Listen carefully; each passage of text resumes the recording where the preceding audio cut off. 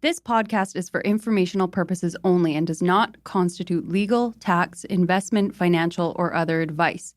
It is not intended to cause or induce breach of an existing agency agreement. Hello? Hello?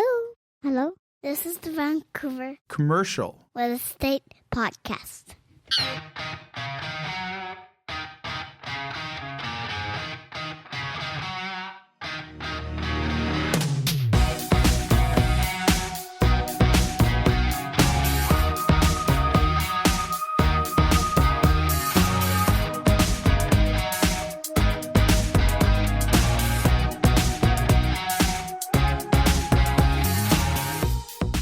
And welcome back to the Vancouver Commercial Real Estate Podcast. I'm Cory Wright. And I'm Melisa Moretti. And Melisa, well, first off, let's talk about this. It's cold. It's cold. It's cold outside now. It's raining. Winter has set in. That's right. Or not set in, but is coming. I'm wearing a turtleneck. Yeah, you got the turtleneck on. I myself forgot a jacket at home today, so I had to go into our storage at the office there and rip out a brand new jacket to put on so I can try to stay warm. It's Terex. Yeah, it's a nice jacket. That's right. How is things on your end? Are you guys seeing it slow down? Because usually this is a time of year we kind of feel things kind of slowing down. Listings aren't coming in. You're not really seeing a lot of deals come through because no one wants to be doing subjects over the holidays. We haven't slowed down. If anything, we're picking up, which is kind of going against the grain. I think it says that the market wants to do deals. What are you guys seeing? Because I think this is going to be a very busy holiday season on the commercial side. Okay. I don't think it's going to be super busy in residential, to be honest. You guys are going to go opposite then. Well, what I think is that it's going to slow right down in December for sure. And then it's going to get busy when people come up back from the holidays. We've got so many closings in December already that people are trying to cram things in before the holidays. But I think the one thing too that I can kind of see from a transaction side of things is usually, listings peter out because people don't want stuff listed over the holidays if they don't have to. We haven't really seen a slowdown in listings, to be honest with you. We've actually got a ton of listings that came in so far in November. What are we today? Today we're the 22nd. Yep. Okay, so 2/3 of the way in. We're still busy. But the amount of deals that are coming in, that are continuing to come in, that got like December 21st removals, December 28th removals. That is the one thing I'm a little surprised at because what you'll typically see is the activity on the transaction side start to fall off as tenants and buyers are becoming disinterested. But I think right now there's a lot of good incentives out there, especially on new construction stuff, which we can dive into that today on the program. But I think there's just the amount of deals that are coming in, which I think is remnants that the market is going to have a great banner year in 2024, 2025.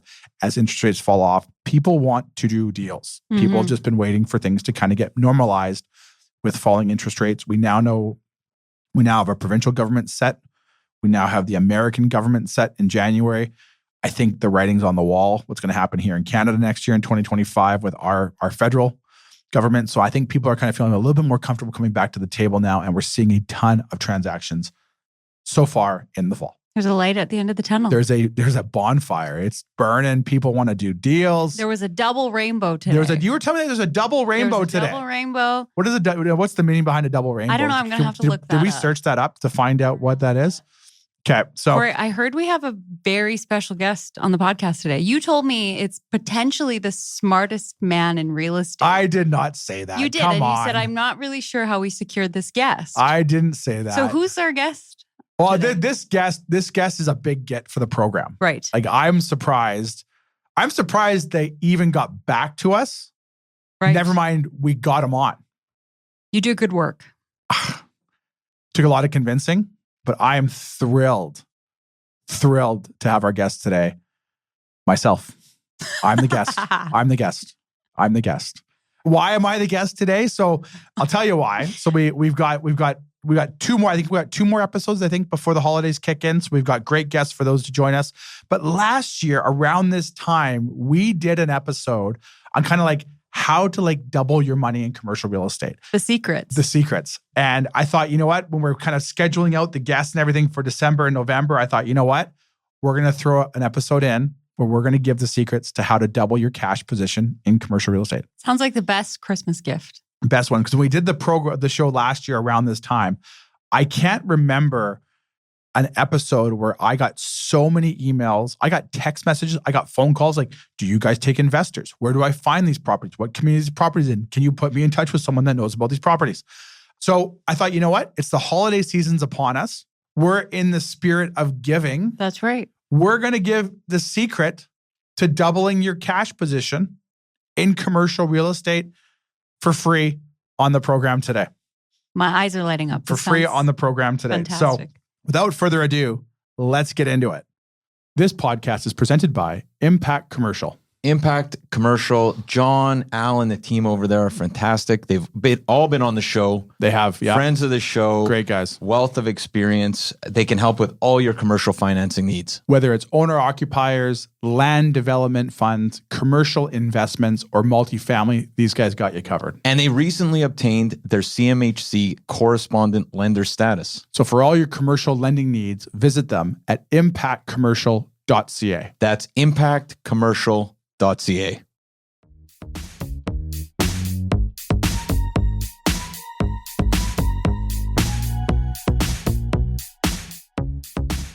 Here is the secret to how to double your cash position. So we're going to put out the ground rules of what we're working with. So for this example, we're going to be saying we're going to be buying a industrial building.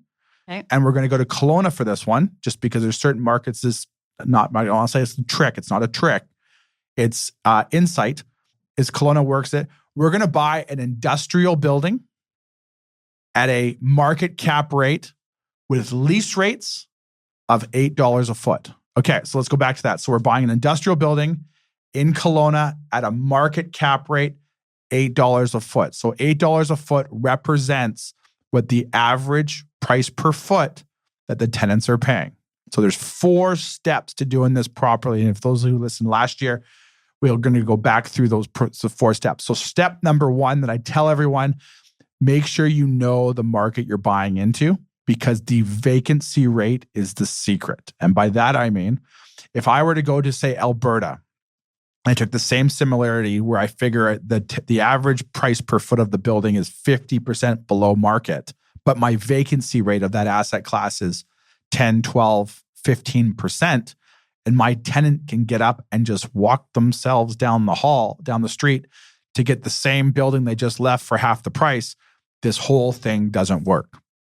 So rule number 1, know the market you're buying in, know the vacancy rate. And traditionally, you need to get vacancy rates probably like sub 5%-ish in most asset classes, because that's going to waver depending on location. But if you look at Kelowna's industrial class B lease rate or vacancy rates, arguably probably like 3-4%. You'll read reports like, oh, they quadrupled. Well, they quadrupled from 1 to 4. A balanced market is traditionally like 8 to 10. So still have lots of opportunities. So we're buying into a market that we understand, and we're buying into a market where we know the vacancy of the asset class that we're buying. Rule number 1. Got it. Get your pencil out here. I'm taking notes. Taking frantic notes here. That's right. So rule number 2, know the market's lease rates of what you're buying into, where people make the assumption the guy's paying, or the tenant's paying $8 a foot. They're like, I don't know, market might be 12, market might be 20. You have to know the market that you're buying in. So in our example, and this is kind of a real life example, is a Kelowna Class B industrial building is probably going to be around $16 a foot.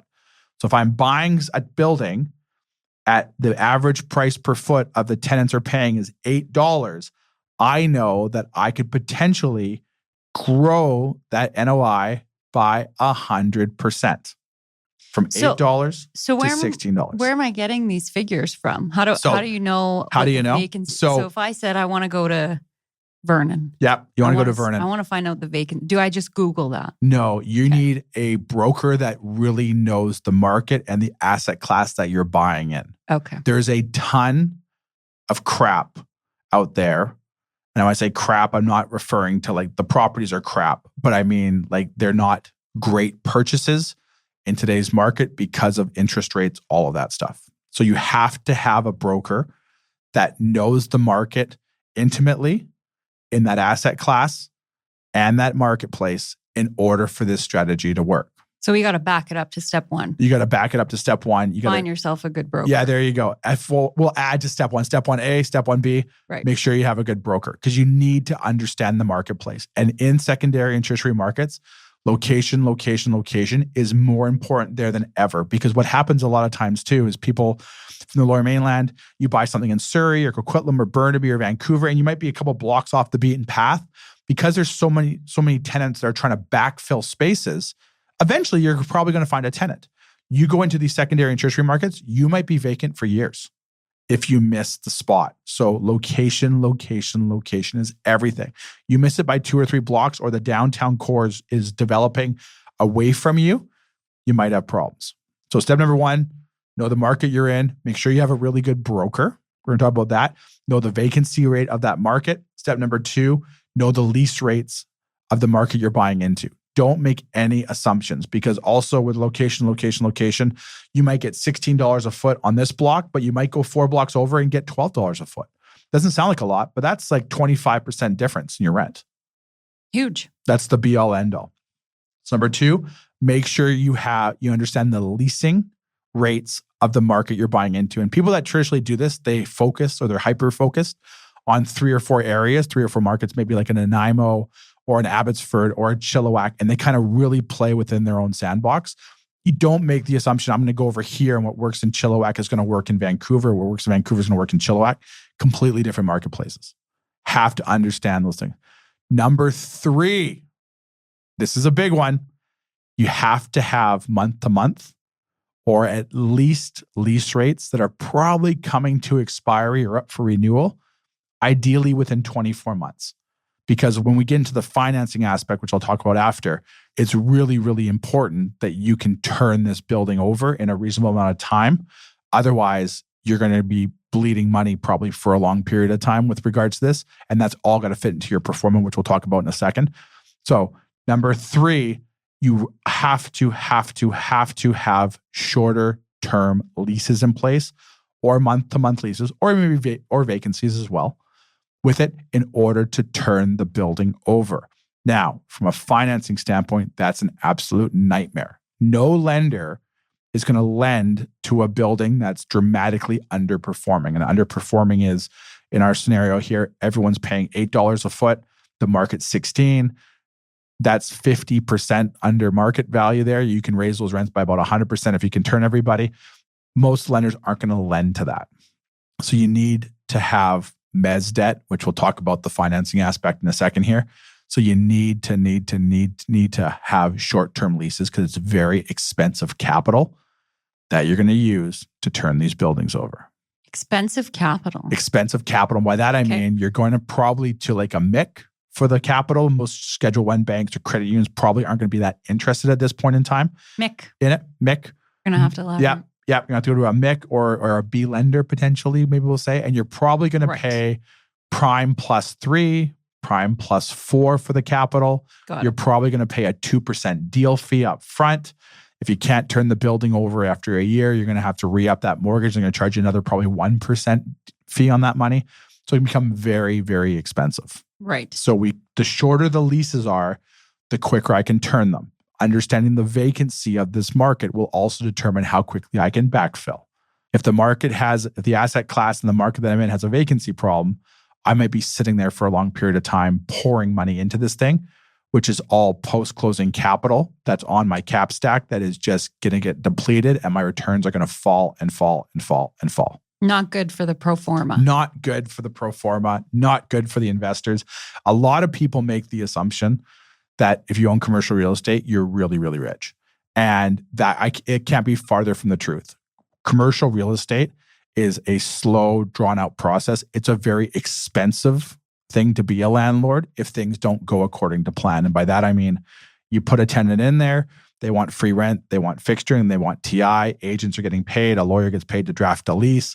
It might cost you $40,000, $50,000, $60,000 to place a tenant in a space between all your free rent and all your costs associated with it on a 5-year deal. And then come year 2, they don't exist. They go out of business. They're gone. Well, guess what? The next tenant comes forward and they don't care what you just gave the last guy or girl. They only care about their deal now. So they might want another $40,000, $50,000 in free rent and fixturing and TI all over again.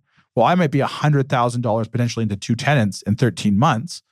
And if I actually go through and pencil out my NER or my net effective rate of what those two things are going to cost me, I might break even at the end of a 3 or 4 year lease with all my expenses I've had to pour in versus the rent I'm collecting back. So really important to make sure that you proper due diligence, because it can be a very expensive proposition being a landlord. Okay. Questions on step number 3. Okay, so you want short-term lease rates, but what if there's nobody there? Don't be completely turned off by that, because as long as you're following step number 2 and number 1, meaning you understand your vacancy rate of the asset class you're buying into, make sure you understand like the lease rates of the asset class you're buying into. There could be various reasons why it's vacant. You might have a landlord that just doesn't owe any money on the building, doesn't really care, really, really picky. That could be a problem. You may have an agent that's not showing the property, right? People might be calling on it. They're not getting back to them. There could be various factors. You want to use your judgment call. If I'm buying into a marketplace that has like a 1% vacancy and that's really well located and everything on the block is $22 and that's for $18, I'm going to start looking for exterior factors of why isn't this leased? Right. Maybe it's the building condition. Maybe it's asbestos in the building that tenants want the landlord to pay for. So you have to kind of peel back the onion a little bit. All right. But so knowing the market's important. What's kind of the ideal situation? Do you want it to be vacant? Is that, I guess? Well, it wouldn't be the worst case scenario if it's vacant. Now, ideally, if you got some tenants in there and they're below market rents, at least you're gathering some income on the property, because all the costs have to go into your pro forma to make sure it makes sense. Right. So step number 4, and this is really, really important. You have to buy it at a current market cap rate on current income. So what that refers to, if I'm buying into a market and the market is a 5 cap rate, okay, and the income is half what market is, I have to buy it at market cap rate of 5% on half of what the market rent is, meaning on current income. I can't pay for future value. So if I have a building that is leased at $8 a foot and market is 16, arguably half of what the market is, okay, I can't sell it to you. You can't buy it on future income. I can't buy it on what they call stabilized income, like where I'm selling it to you at a 5 cap based on market rents. Because that's your lift there. That's the lift. Because if I'm taking on all the risk, I'm taking everything on, taking all the costs, that I want to be rewarded for that. Those days of selling stuff on future income or stabilized income back in like 2017, 2018 are gone. It no longer becomes an opportunity. It no longer becomes an opportunity. Yeah. So I have to know the market that I'm buying into, like we talked about number 1, number 2. Part of that is you need to know the cap rates in that market. And I don't want to pay for my own risk by paying for future value that I can't extract. So if the market's a 5 cap rate and the income's dramatically low, I still have to buy it on close to a 5 cap rate. Now if I get it for 4.5 or something like that, it's not the end of the world. But I can't get it so low that I'm fighting just to get my money out of it.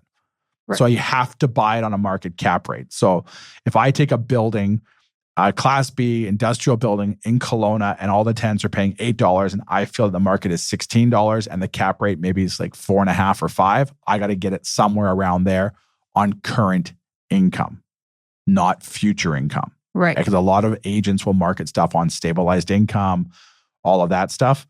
You don't want to do that. If you're a seller and you can market that and someone's going to pay you, take the money and run. Yeah. Because they're paying for their own risk. They're going to incur all these costs and they're going to fight just to get their money out of it, versus you have to buy it on a current income.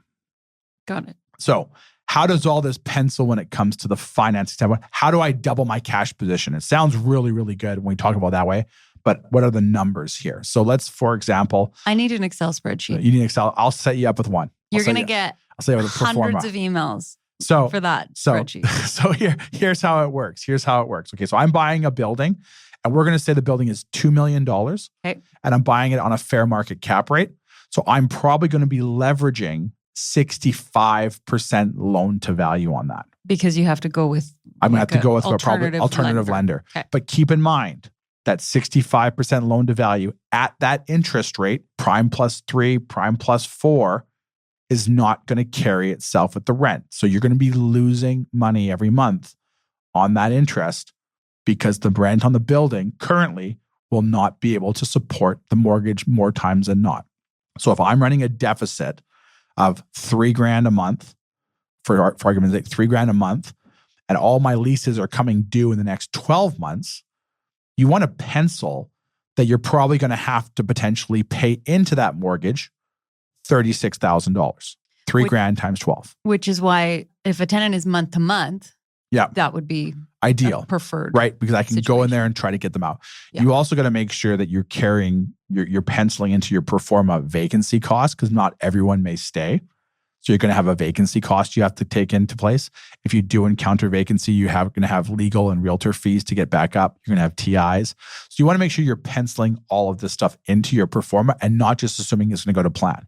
I can tell you firsthand, nothing goes to plan in commercial real estate. So if I'm just starting out, what's kind of the ideal situation in terms of number of tenancies? Like if I just have one tenant, is that better than I've got 3 or 4? It can be, depending on the size of it. So here's the absolute ideal situation for a first-time investor. You find a strata lot that the tenant's on a month-to-month, and they're paying half the value of what the fair market rent is. Okay. You buy it, you call the tenant says, I'd love to stay. You tell them it's $16 and they sign a lease. Easy. That would be the ideal situation. We're doing that same situation, but we're doing it in a multi-tenanted building. So if I'm buying the building and it's 65% loan to value, I need to pencil in the fact that I'm going to be losing money on the building every month. I may have vacancy costs I have to deal with. I may have real estate, legal, TIs, free rent, fixturing. I got to pencil into my thing. So if I'm buying it at 65% loan to value, for this situation, we're going to say the building is $2 million. So I need 65% loan to value, which is about $700,000 you need to put down in this scenario. Yeah. Right. So that's $700,000 plus my closing costs, plus my money is going to take to actually like carry the building, free rent, fixturing. Let's just say everything in is $850,000 for argument's sake. That is my cash position. And whenever we're looking at these type of value add properties, you're looking at cash on cash returns more than anything. I can put $850 up. How much of that can I get back on a refi? How much of that can I grow in equity on the property? What can I do? So $850,000 in our example, here's the number we're working off of. That's what we're looking to double. How do I double my cash position in the property? And let's back it up for the listeners. When you said refi, what do you mean by that? Refinancing the building once it's stabilized to take some of that money off the table or back out to de-risk the asset. Okay. So once I have my new tenant in, he's paying market rents. Yep. So here's the thing. So we're buying the building for $2 million. We're going to double the rents on this building is what we're projecting. So we're going to say our total cash position on this is $850,000. My down payment, property transfer tax, closing costs. I need a slush fund, all of that stuff. So we're going to say things are going to $850,000. And now I'm going to go through my building, and over the course of a year, I've been successful. And now I've gotten the lease rates from $8 to a blended average of $16 for the full building. My NOI has doubled. I bought on a fair market cap rate of 5, and we're going to assume the cap rate has not compressed and the market cap rate is still 5. So based on these really, really rough numbers, my building should have doubled in value now because my lease rates have doubled. The cap rate has remained the same. My NOI has doubled on this because we have true triple net leases. My cash position would have more than doubled in this circumstance where I bought for 4. If bought for 2, the building is now worth 4. I put down $850,000. I've gained $2 million in equity on the property. I've well positioned myself to over double my cash position in the property in a short period of time. One email I got all the time when we did this last episode was, do these buildings exist? These buildings do exist. When we talk on the program all the time about secondary markets like Nanaimo and Vernon and Kelowna and Kamloops, this is where you can find legacy leases. And to draw an example, if we go back to Yaletown, which is everyone can kind of make a reminiscence, remember, if you go back to like the early 2000s, you were probably finding lease rates on the retail side of like $35 and $45. In comes the SkyTrain, 2012, 2015, 2016, 2018. Those tenants that may have signed a 10-year lease back in 2008 and their 10-year lease is coming due in 2018, there's a very realistic chance that their rent has doubled on them. They're not signing going from 40 to 45, they're going from 40 to 80. Mm-hmm. So that's the trick. You have that one-time generational turn of that rent. That tenant going from 80, 5 years later might sign at 90, which trust me is still a good increase, but it's not that generational type turn. And there's only certain markets you can find these like legacy leases in where market demand has swelled so much over that time that you now can get much higher rents from them. And because the vacancy rate of the marketplace is so low, the tenants don't really have an option potentially of going somewhere else. Now, it doesn't mean they can't, doesn't mean they're going to stay, but it means there's not a lot of places for them to go because the vacancy rate is so low. And just to be clear, because I come from the residential world and we have the Residential Tenancy Act. Yeah. So I can't just buy a property and ask a tenant to leave. Well, yes, you can in commercial if they're on a month to month. Okay. You don't have the same governance. There's a Commercial Arbitration Act out there and stuff like that. If a tenant does not provide written notice, assuming your leases, read quite conventional, the tenants are not in default and they forgot to provide written notice to you. A lot of leases will say the tenant has to provide no earlier than 9 months, no later than 6. So there's there's a window there in which they have to provide you written notice. Assuming they don't provide that written notice, you're not governed to go back to them at fair market value through the Commercial Arbitration Act, which a lot of times may or may not even apply. A lot of people just kind of go with it. So that's where you could arguably charge $1,000 a foot. Now, they're not going to stay at that price. So you definitely want to try to keep them the best you can because that's going to minimize your capital exposure on it. So it's just a matter of making sure that, from a good landlord perspective, you can't be successful as a landlord if your tenants aren't successful first and foremost. Mm-hmm. So going in and just trying to jack rent up on people like that, 9 times out of 10 could not be further from the truth with regards to a successful outcome, because if they can't make it, they got to move out. All of a sudden, you're starting the whole process all over again. So to be a successful landlord, you got to have successful partnerships with your tenants. When I say partnerships, if I'm buying your house and we don't get along during the negotiation, once I pay you, we will probably never talk again. But if we're a landlord-tenant relationship, we're probably in bed together for 5 years. I'm your landlord, you're your tenant. We got to coexist. Right. So that's why I said you got to really look at it as a partnership moving forward. Because if you get into disputes with your tenants, you have problems with your tenants, or they can't pay the rent because of the unfairness from the landlord, it can be a challenging outcome.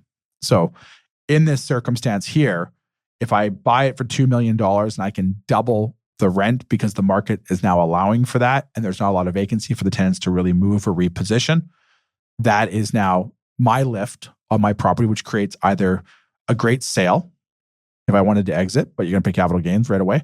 It could create a great refinancing opportunity for me where I can now bring in higher debt, take that money off the table with the mezz debt, which is really important. I now bring in conventional. I now get a large portion of my capital back of my investment. Maybe I'm getting 50% or 60% of my capital out back in my pocket. So now I'm de-risking the asset. The higher income can now carry a higher mortgage. You'll also probably find you're in a positive cash flow position. If you don't want to take equity takeout, but you just want to replace the mortgage, you can do that. And you'll probably be in a very, very strong cash flow position where maybe you're seeing positive cash flow of $20,000, $30,000, $40,000, $50,000, $60,000 a year.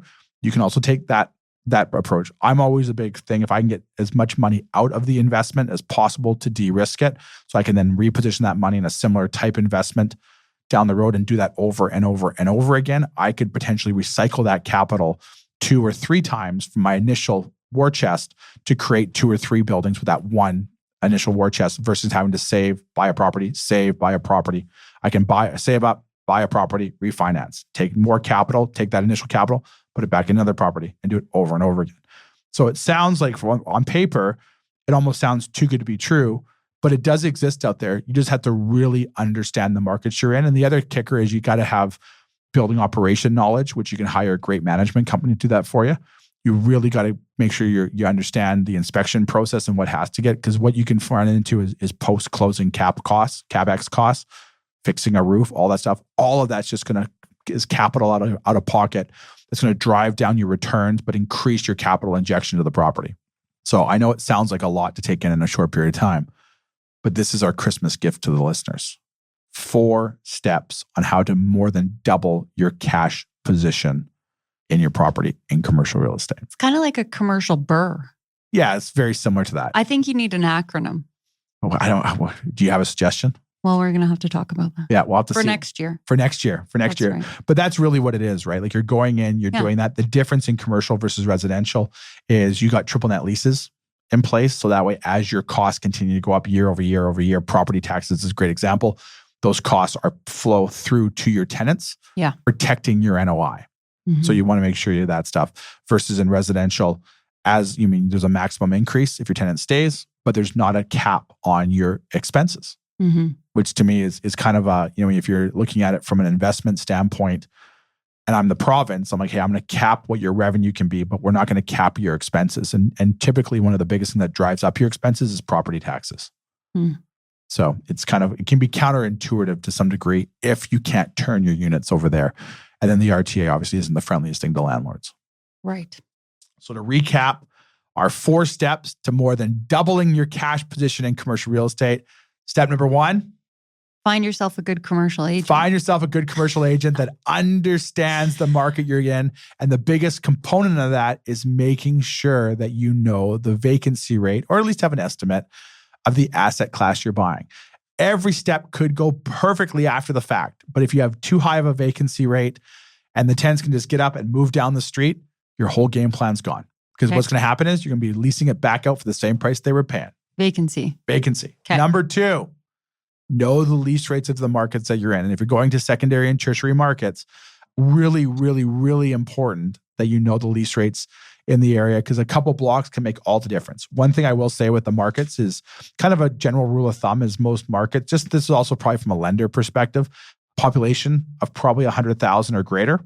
So that would kind of make like Kamloops, Nanaimo, kind of the smaller markets within that threshold that you want to make sure, or a trade area of about 250,000. And that number just sort of kind of keeps a healthy turnover of tenants that you will be able to kind of backfill some units as we go.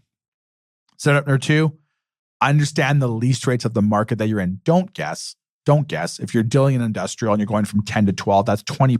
If you're going from 10 to 14, that's a 40% increase.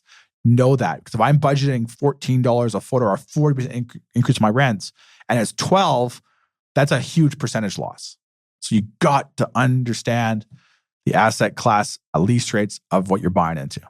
So what's the best way to go about that? Do I just call, I go on williamwright.ca, I find absolutely an area that I'm absolutely. And like a commercial agent just knows this. If they're operating in that market, they just know there's certain markets that this strategy works in. And a lot of it is markets that have gone through a massive turnover of product and investors and all of that stuff over the past years. Like if you go back to Victoria 10 years ago, it was on no one's radar. Yeah. The metrics were all there. As that market changed dramatically, where you have more employment opportunities and so many industries are growing, like education and medical and tourism and construction and real estate. And there's so many industries now that are feeding that market. It becomes more and more desirable because more people want to be there. And if more people want to be there, you're going to see vacancy rates fall on the housing side or the multifamily side of it. As more people come about, more people have disposable income, that's going to affect the retail side of it. The industrial side will be affected. The office side will be affected because these people that live there, they need to work somewhere. So more people now have demand for space with it. So if you look at a market like that, where it changed so much over the past decade, that people that were owning in Victoria 10 years ago, are probably laughing financially now because the buildings have had such a tremendous run up because demand has changed so much. The lease rates in that market have also changed dramatically, where tenants that maybe were paying $10-$20 for retail might now be paying like $30, $40, $50 for retail. And if you go to like a prime spot, Coquitlam, Port Moody, Burnaby, maybe it's $60, $70, $80 a foot. Well, if you go down to Government Street or Douglas in the right corridors, it's probably higher than $80 a foot. I'm pretty sure some of the new stuff down right by the Empress there and some of the newer construction projects, it's probably $80, $90, $100 a foot, which is the same thing we're seeing over here, right? So the metrics were always there, just demand kind of crept up and then off it went. So the strategy may not work as well in a market like Victoria, which is really, really matured. Kelowna is going through that maturity process already, although they've come along. Their market's grown tremendously. Kamloops is yet to probably sort of feel that, but Kamloops is also an isolated market versus Nanaimo, that you have so many feeder cities around it. Just like Kelowna, you got so many feeder communities around it. So getting into the markets that are going through that massive transition, population growth, industries are growing. That is the markets that this strategy works in, which probably works really well in a market like Vernon, or probably works really well in like Nanaimo, or maybe Parksville if you can find the right asset in the right area, or maybe Duncan for that matter, or Langford. So it's like you have to get into the markets that are going through massive transition, and you're finding those legacy leases, but demand for the product now is so much more increased that the vacancy rate has fallen, but the lease rates have skyrocketed. Makes sense. Number 3, this might be, again, assuming you're bringing in really expensive capital, which is kind of how this works. The short-term leases is so important. If you find buildings that tenants are paying $6 and the market's 12 and you're losing $4,000 a month on the building, but they got a 5-year lease in place, and I'm losing, $48,000 a year for 5 years, call it $250,000 to make numbers easy. That $250,000 has to be factored into your pro forma. Yeah. Because if this tenant's there for 5 years and they're not coming out and I'm losing money on the building every month, I got to factor that in. So all these additional costs have to pencil. The other thing I'd be kind of cautious of, and we kind of saw this kind of coming out of COVID, 5 years could feel like 20 years now. The world can change at rapid pace, dramatically, through health, through pandemics, through technology. That a 5-year plan on a property, a lot can change in that time frame. I would be very cognizant of that. That's why the shorter term leases are really important, not only to get the capital out and get the debt replaced, but also lots can happen in 5 years. So when you say short-term leases, really you just mean a short period left. Very short period of time. Maybe you buy it, maybe it's got 3 tenants in there, one's month to month, and one's up for renewal in 6 months, the other's up for renewal in a year.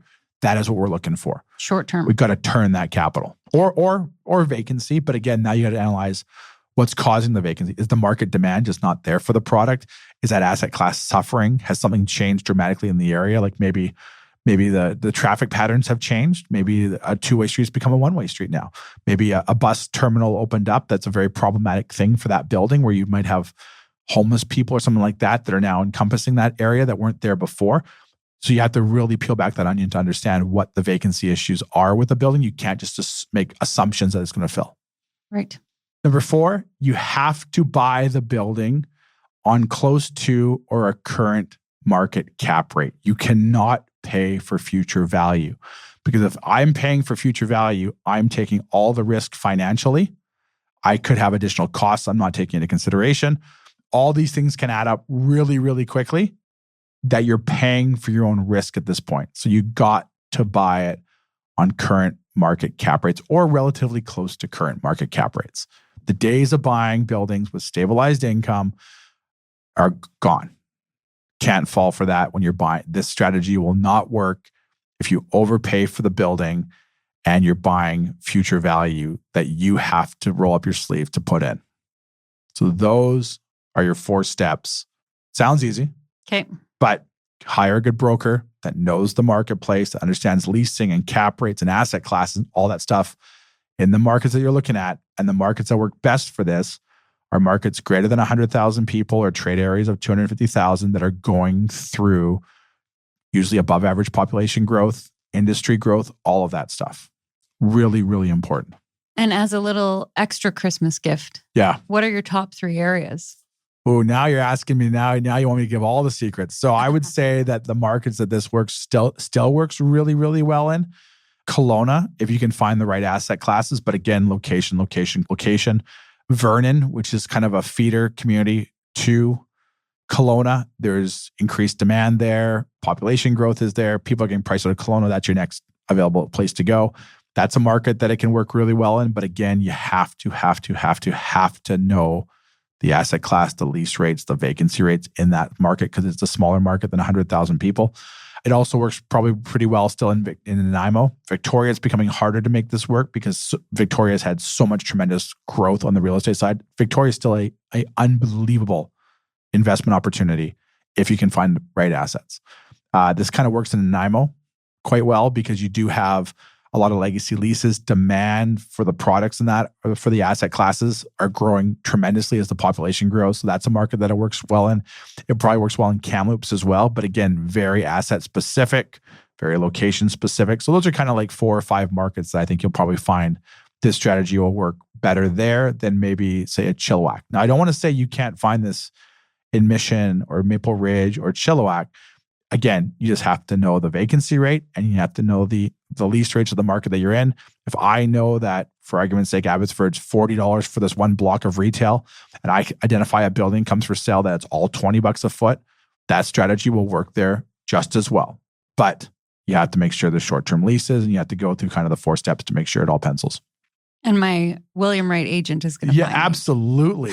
Absolutely. We'll dig these out for you. I'm just wondering from a practical standpoint, how does one even find these? Again, you know what it is? It's a relationship with an agent is really what it is, because so much of this product will sell off market with it. So it's like they're looking for this stuff. They're identifying this stuff. They're bringing it forward to you.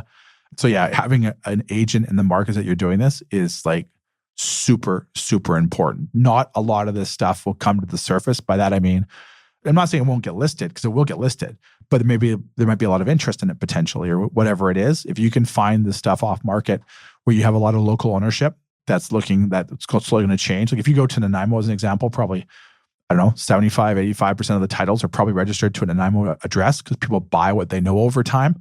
And now you're finding more and more institutions and REITs and lower mainland investors and private sector money and all that stuff is now coming into those markets, that those titles are now getting registered to different communities, because more people can see the opportunity that exists in that market that they maybe wasn't there 10 years ago. So there's your answer. There it is. There's the golden goose for everybody. That was great. There you go. Merry Christmas. Thank you. For anyone who wants to find out more about residential real estate, that's right, and the market that's just going to take off dramatically, different opportunities, different show. How can they get a hold of you, Melissa? Yeah, you can call me 778-869-4477. And any of those who are looking for commercial real estate, you can reach out to us anytime at our Vancouver office, 604-428-5255. Let us know what you're looking for. Put you in touch with the best agents throughout the province. You can send me an email, Cory@williamwright.ca, or you can sign up on our website, williamwright.ca, for the latest and greatest news, and you'll get all the listings, on market, off market, all that stuff comes to your inbox. And you can analyze those deals. There you go.